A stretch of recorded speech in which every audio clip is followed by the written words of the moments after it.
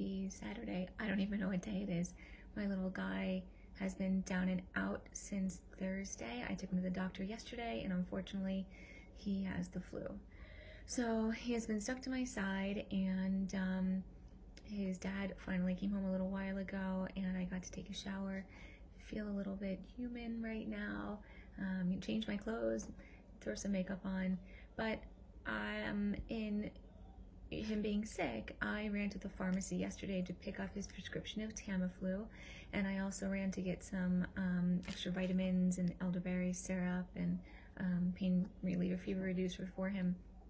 And when I was there, I thought that since, you know, he's face to face with me, always coughing and sneezing here, that I'd probably pick up some like vitamin C. And I used to take D3 all the time, but I didn't think I had any, some colloidal silver, and, you know, start trying to like pump that into myself to try and avoid also getting the flu or whatever it was that he had before we went to the doctor, or found out what he had. So I went to CVS. I picked up some elderberry syrup. I posted about that on Instagram this morning about different ingredients. And when I went there looking for vitamins, I picked up, they have like 5 different brands, and I always look at the ingredients. And I, you know, try and eat pretty clean, and I'm pretty wary of, you know, what I'm putting in my body. Sometimes you can't avoid some things, but everything that I picked up there, it was not good. And even the you know, the packaging that looked good, I was like, ooh, that looks nice, I'll go over and check it out, maybe it's cleaner. It was like the worst of all of them. So I thought, you know what, I'll come home and share it with you guys, and, you know, inform you a little of what I know. And, you know, I don't know, everybody has to make their own decisions, and the best decisions for themselves at any one time. But so I went searching through my cabinet. I have like tons and tons and tons of supplements. There are like 6 more bottles sitting here. At one point when I first started this journey, I took like 27 pills a day or something. It was outrageous, but I had to do what I had to do. I was low on some things. I needed some other things to help me break down foods and stuff. These are digestive enzymes. I don't take all of this anymore. Some of it I take as needed. My probiotic I do take every day. And I've taken different probiotics. I haven't noticed a specific, you know, a difference with any one over the other. Maybe it's because I was always taking them with all this other stuff, but I thought better to take it, you know, than be sorry. So it's something good. Everybody should probably take this. If this time of year, people with strep throat, ear infections, tonsillitis, that kind of stuff, whenever you're put on an antibiotic, your children, whoever, should absolutely take a probiotic. And you shouldn't take it within an hour of taking the antibiotic, but you can even double up. It's not going to hurt you. You can buy something off the shelf. You can buy a refrigerated one. You know, either way, it's going to help you. They all have different types of bacteria in them, but you know, it'll just be helpful. This one actually has vitamin C and a prebiotic in it. I have a prebiotic, which is here, Claire Labs. My functional medicine doctor suggested this kind. You can, I believe, get this on Amazon. But so I didn't wind up buying any supplements in CVS yesterday because of the ingredients. And a lot of the ingredients were soy and maltodextrin and silica and a lot of vegetable oil. The elderberry syrup I got actually had vegetable oil in it, but it seemed to be the lesser of the evils between what was there and the different sweeteners and oils and stuff that were in them. I prefer to try and stick with something that has safflower or sunflower oil in it instead of a vegetable oil, but sometimes you can't get away from that. So I wanted to show you guys this. Most of my supplements are pure encapsulations, and I get these on Amazon or from my functional medicine doctor. I have not seen these in any stores. I don't go into a whole lot of natural food stores, so they might have them there, but they definitely don't carry these at the regular grocery stores or Walgreens or whatever, at least that I've seen. So I came home, I actually had my D3. This has much better ingredients. It doesn't have, you know, soy or any of that kind of stuff. It has a plant fiber. Plant fiber is not digestible by our bodies, but we need some of that in our bodies. And I can't get into the whole breakdown because I don't know. I just am not that educated on it. But I did look that up. So that's cellulose. That's going to be in a lot of these things, especially, you know, when they come in capsule form and stuff. But I did look up and I did research a little because I wanted to talk about some of the bad stuff or, you know, not so great ingredients in some of this stuff. So I found the maltodextrin in a lot. I found silica in a lot. There was vegetable oil, vegetable stearate. I'm not sure exactly what stearate and stearate acid and all that stuff is or does. Soy was in so much stuff. And so I know that on my diet, we're not allowed to have soy. And I know that soy like promotes estrogen hormone in your body, which I'd imagine isn't really good for a whole lot of people and definitely isn't good for guys. And soy just isn't good for you. So we try not to use soy sauce here. We'll use Bragg's amino acids, which tastes pretty much the same. The kids don't mind it. I can't do soy at all, so I use coconut aminos on my food. And, you know, it definitely isn't the same, but is a good replacement. Microcrystalline was in some of those, the supplements and vitamins, not good. Titanium dioxide, talc was even in one of them. I think that was in vitamin C. So I did not wind up getting a vitamin C at all when I was there. I will order one. Sucrose, different sweeteners. So I in one of the articles that I wound up researching, I found it was the 10 top worst toxins in supplements. And the website is called thegoodinside.com. I'm not saying that all of this is true. I'm not saying that it's government approved, that it's CDC approved, that it's anything. I just found it really interesting, and it kind of really falls in line with everything that I've learned and have been trying to follow, and I'm much healthier now since I've been following that. So, you know, it kind of reinforces what I've been learning and what I have been talking to other people about. So the first one is actually, the top one is maltodextrin, because it's made a lot of times from MGO corn, which is not good. Not all the time is it made from that, but a lot of times it is. And then the second one was actually vitamin C, which is ascorbic acid, which is also made from GMO corn a lot of times. The third one is soy. Part of the reason that soy is so bad is because a lot of it comes from China, and they use hexane, which is a chemical for the extraction process.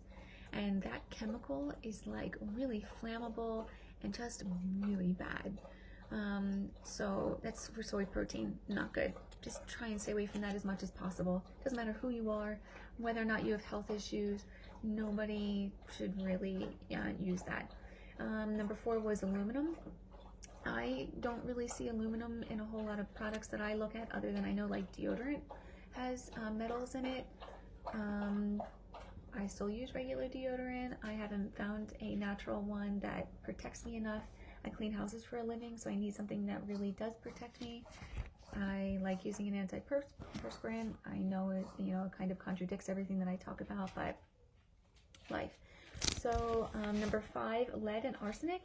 It can be in food, supplements, herbal products. A lot of that comes from China.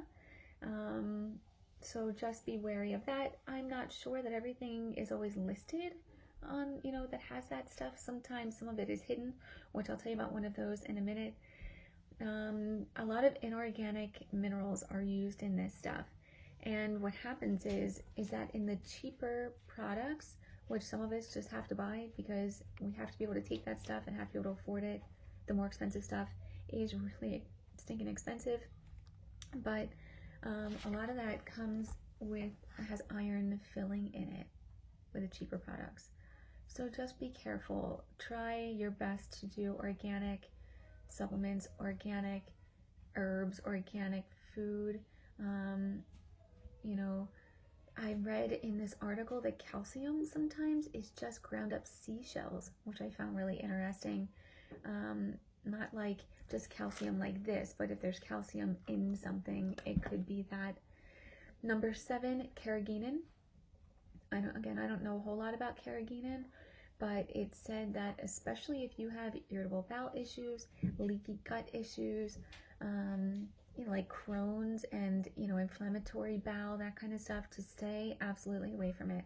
It can cause gastroinflammation, can lead to, contribute to colon cancer, scary stuff. So, beware of that. Number 9 was, so this is the hidden one. It said, I've known since I was a teenager that MSG, a lot of us are pretty sensitive to it. I've gotten sick on it many times, but it's hidden in a lot of stuff because, like me, we're scared if we see MSG. And MSG, from what I know of, is prevalent in, like, when you go to an Asian restaurant or a Chinese restaurant, they use it to salt their food, when they're cooking it. So it can be hidden, and it can be called yeast extract, and it can be called yeast, a couple other things too. You might want to look that up or go to this website. But it said that most veggie burgers are made with that. Some canned soups are made with that. Some dip mixes are made with that. There was some other stuff too. They listed some other things on there if you want to go check it out. But beware of that. There are times when, me, my dad, other people, you think that it's a certain food that you ate when you went to a restaurant that made you sick, but it's not actually the food. It's these ingredients or these hidden ingredients, or it's that we have bad guts, and we and us and the person next to us can eat the same thing, and we can get sick and they might not, because our intestines have issues and allow a little more bacteria in there that we can't handle or can't break down. So the 10th one was fluoride in green tea. I drink green tea almost every day. Green tea is one of the healthiest antioxidant products that you can use, hands down. It even says that in this thing. But because it's derived, from the ground, the soil, it really soaks up a lot of that fluoride. So, it talks more about that in the website. So just be careful of it. It talked about fluorosis because not with specifically just with the green tea, but because so many of our water supply has fluoride mixed in it. So if you're drinking tap water and you're drinking a lot of green tea, just, be careful and be aware. I actually skipped number 8 because I had it out of order and at the bottom of my paper. So number 8 is something I haven't heard of. They're acrylamides. It says they are cancer-causing chemicals. They're produced during cooking carbs, like potatoes, French fries, potato chips, breakfast cereals, some of them, not all of them, some prune juice. You gotta be careful. I don't eat that stuff anymore. I did tons of it. Who would know the difference? But you need to be careful of that. But it did say that vitamin C, if you get a good vitamin C that isn't made from GMO corn, can block the whatever those chemicals are that I just mentioned in that stuff. So you can still eat that stuff, and just don't eat it all the time, but eat it sometimes. And if you get a good vitamin C and take it every day, it could help with not absorbing those chemicals or breaking down those chemicals in your body. So, moral of the story is, do your research, especially if you are someone who's going to take a lot of vitamins, who's going to take a lot of supplements. I have all this stuff. I had mentioned Pure Capsulations from Amazon. They are awesome, but you still have to read the ingredients. They do have some supplements that have some of those ingredients. So just beware and be cautious. I have a vitamin E here that I like, this NAC. I'm not a doctor, I'm not prescribing, but if you have, some different issues, and I know this is prescribed sometimes when you have Lyme disease. I tested positive for some of the titers for Lyme disease when I started all of this this health journey. So I was taking this, and digestive enzymes. If you are someone who has tummy troubles when you eat certain things, this is good. This helps break down stuff. I remember being in New York one time at a family reunion, and my cousin is like, she's awesome, and she's into all this holistic stuff and nutritional stuff, and she gave me like 7 because I ate a banana or something, and because of my stupid stomach it hurt it. So I took like 7, and normally I'd be in bed for a couple hours, my stomach would be dying, I'd be in the bathroom, and it made me feel better. So you can take these 2 or 3 with every meal while you're healing. It's something good to take. Vitamin D3, I am now taking 2 of these so that I don't get sick, or while I am sick, or whatever, and I'll probably continue to take this throughout the winter.